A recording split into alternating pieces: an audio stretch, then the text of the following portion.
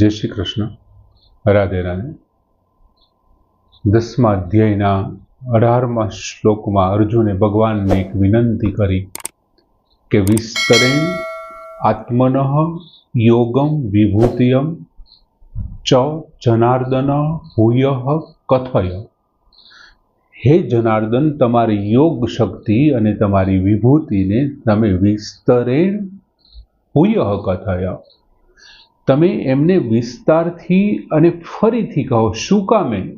તો કે અમૃતમ શૃણવંત ન મે તૃપ્તિ અસ્તિ, તમારા અમૃત જેવા વચનો સાંભળતા સાંભળતા ન મે તૃપ્તિ અસ્તિ, મને ધરવ થતો નથી, મને તૃપ્તિ થતી નથી, માટે તમે વિસ્તારથી કહો। હવે અર્જુને ભગવાનને પ્રાર્થના કરી, અને એ તો કૃપા નિધાન છે, કરુણાના કરનારા છે, અને અર્જુન ઉપર તો એમને વિશિષ્ટ પ્રેમ છે, પોતે અર્જુનને સખા ગણે છે, અને હાલમાં તેઓ અર્જુનના સારથી બન્યા છે, એટલે અર્જુનના પ્રાર્થનાનો સ્વીકાર કરે છે ભગવાન, અને પ્રાર્થનાનો સ્વીકાર કરતા હવે ભગવાન કહે છે, એટલે શ્રી ભગવાન ઉવાચ, શ્રી ભગવાને કહી, એમ કરીને 19મો શ્લોક ભગવાન કહે છે કે હંત તે કથયિષ્યામિ દિવ્યા હિ આત્મવિભૂતયઃ, હંત તે કથયિષ્યામિ દિવ્યા હિ આત્મવિભૂતયઃ, પ્રાધાન્યતઃ કુરુ શ્રેષ્ઠઃ ન અસ્તિ અંતઃ વિસ્તરસ્ય મે, પ્રાધાન્યતઃ કુરુ શ્રેષ્ઠ ન અસ્તિ અંતઃ વિસ્તરસ્ય મે।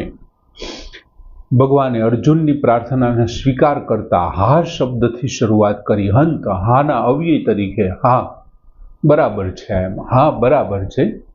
પછી શું કહે છે કે કથયિષ્યામિ દિવ્યશ્ચ આત્મવિભૂતયા, આત્મ એટલે મારી, દિવ્ય વિભૂતય, દિવ્ય વિભૂતિઓને તે કથયિષ્યામિ, તારા માટે, પ્રાધાન્યતઃ મુખ્ય રૂપે, કથયિષ્યામિ એટલે કહીશ, આત્મ દિવ્ય વિભૂતય, મારી દિવ્ય વિભૂતિઓને તે તારા માટે, પ્રાધાન્યતઃ કથયિષ્યામિ, મુખ્ય રૂપે અથવા તો સંક્ષેપમાં કહીશ, સંક્ષેપમાં કહીશ। શું કામે ભગવાન આવું કહે છે?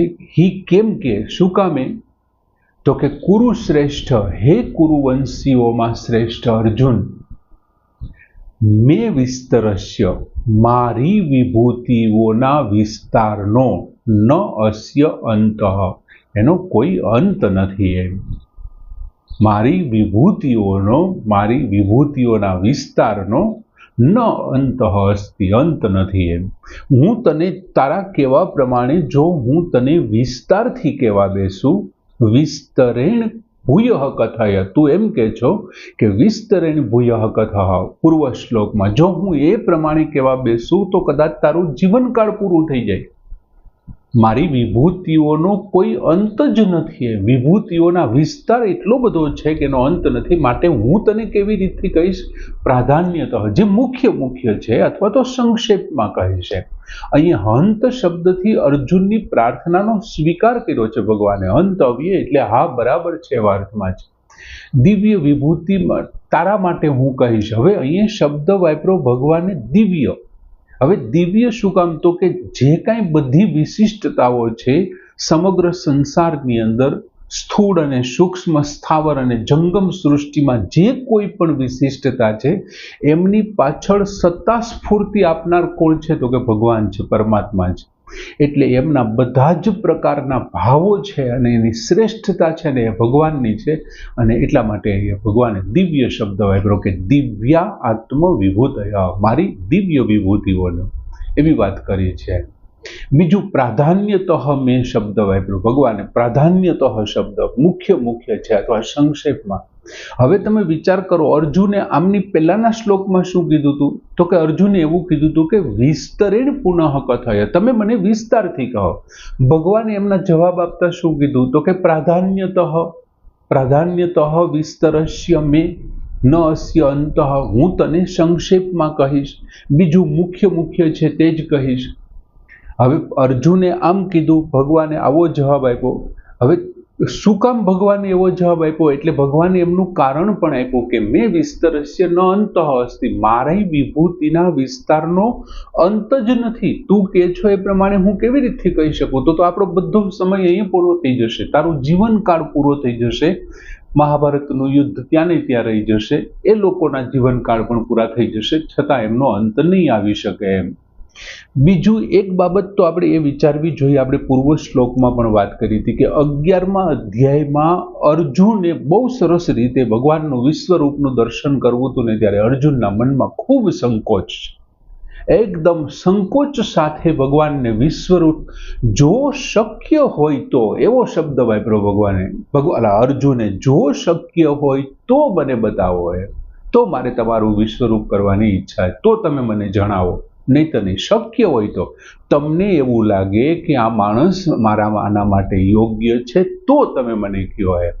અને 11મા અધ્યાયના 5મા શ્લોકમાં ભગવાન કૃષ્ણ પ્રસન્ન થઈને કહે છે કે પશ્ય મે પાર્થ રૂપાણી, હે પૃથાનંદન પશ્ય મે રૂપાણી, મારા રૂપોને તું જો રૂપોને જો. અર્જુને માગણી શું કરી? માત્ર એક રૂપ તમે મને બતાવો, વિશ્વરૂપ.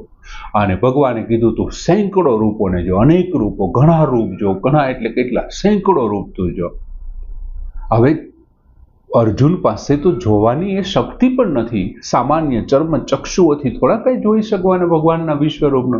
એટલે ભગવાન એમની જે આંખોની સીમિત તાકાત છે, જોવાની દ્રષ્ટિ એમની પાસે નથી, તો ભગવાન કૃપા કરીને અર્જુનને દિવ્ય દ્રષ્ટિ આપે છે અને સીમિતમાંથી એમને અસીમિત બનાવી દે છે, એમના આંખોની તાકાતને અસીમિત બનાવી દે.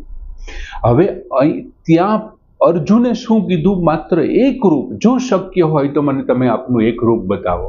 અને શક્ય નહોતું, અર્જુન જોઈ શકે એવી સ્થિતિ નહોતી, છતાં ભગવાને શું કર્યું? કૃપા કરીને એને દિવ્ય દ્રષ્ટિ આપી અને અર્જુનને પાછી ભલામણી કરી કે પશ્ય મે પાર્થ રૂપાણી, હે પાર્થ તું મારા રૂપોને જોયે. ભગવાને સામેથી એમને અહીંયા અર્જુને પૂર્વ શ્લોકમાં એવું કીધું કે વિસ્તરેણ યોગમ ચ વિભૂતય પુનઃ ભૂય કથાય, તમે મને વિસ્તારથી તમારી યોગ શક્તિ અને એ બંનેને કહો એમ.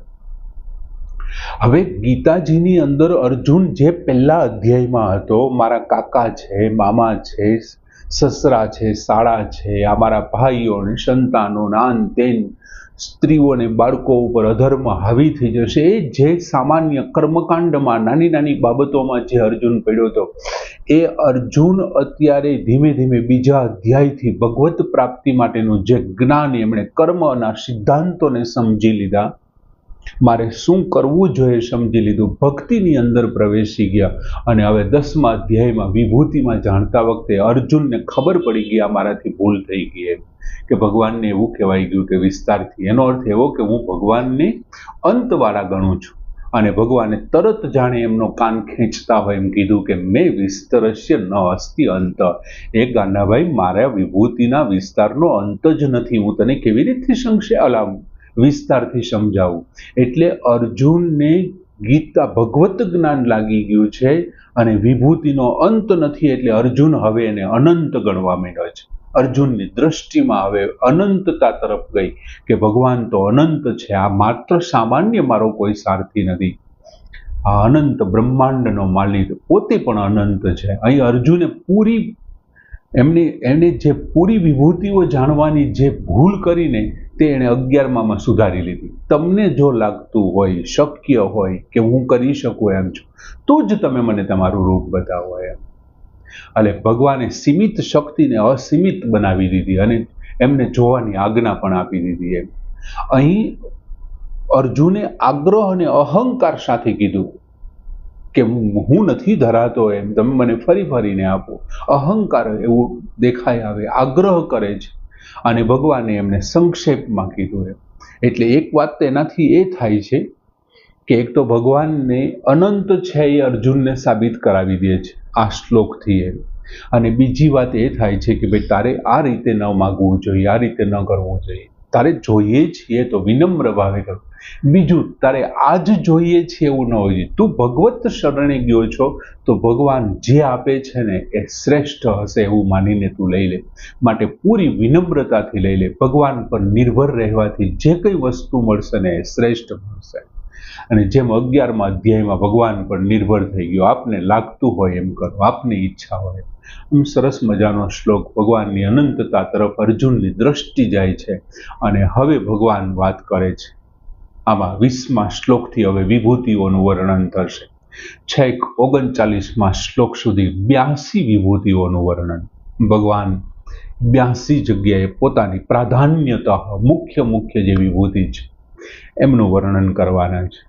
20મા શ્લોકથી શરૂ કરશે અને પછીના શ્લોકમાં ભગવાન યોગ શક્તિનું વર્ણન કરશે. કેમ કે અર્જુને બે પૂછ્યા ને 17મા શ્લોકમાં કે વિસ્તરેણ આત્મનઃ યોગમ ચ વિભૂતય જનાર્દન ભૂય કથય. તમે તમારી યોગ શક્તિ અને વિભૂતિઓને વિસ્તારથી મને કહો એમ. એટલે પેલા વિભૂતિઓનું વર્ણન કરે છે ભગવાન અને પછી યોગ શક્તિનું વર્ણન કરે છે. આમ સરસ મજાનો શ્લોક કે હંત તે કથયિષ્યામિ દિવ્ય હિ આત્મવિભૂતય પ્રાધાન્યતઃ કુરુશ્રેષ્ઠ ન અસ્તિ અંતઃ વિસ્તરસ્ય. મેં પૂર્ણ કરી. જય શ્રી કૃષ્ણ.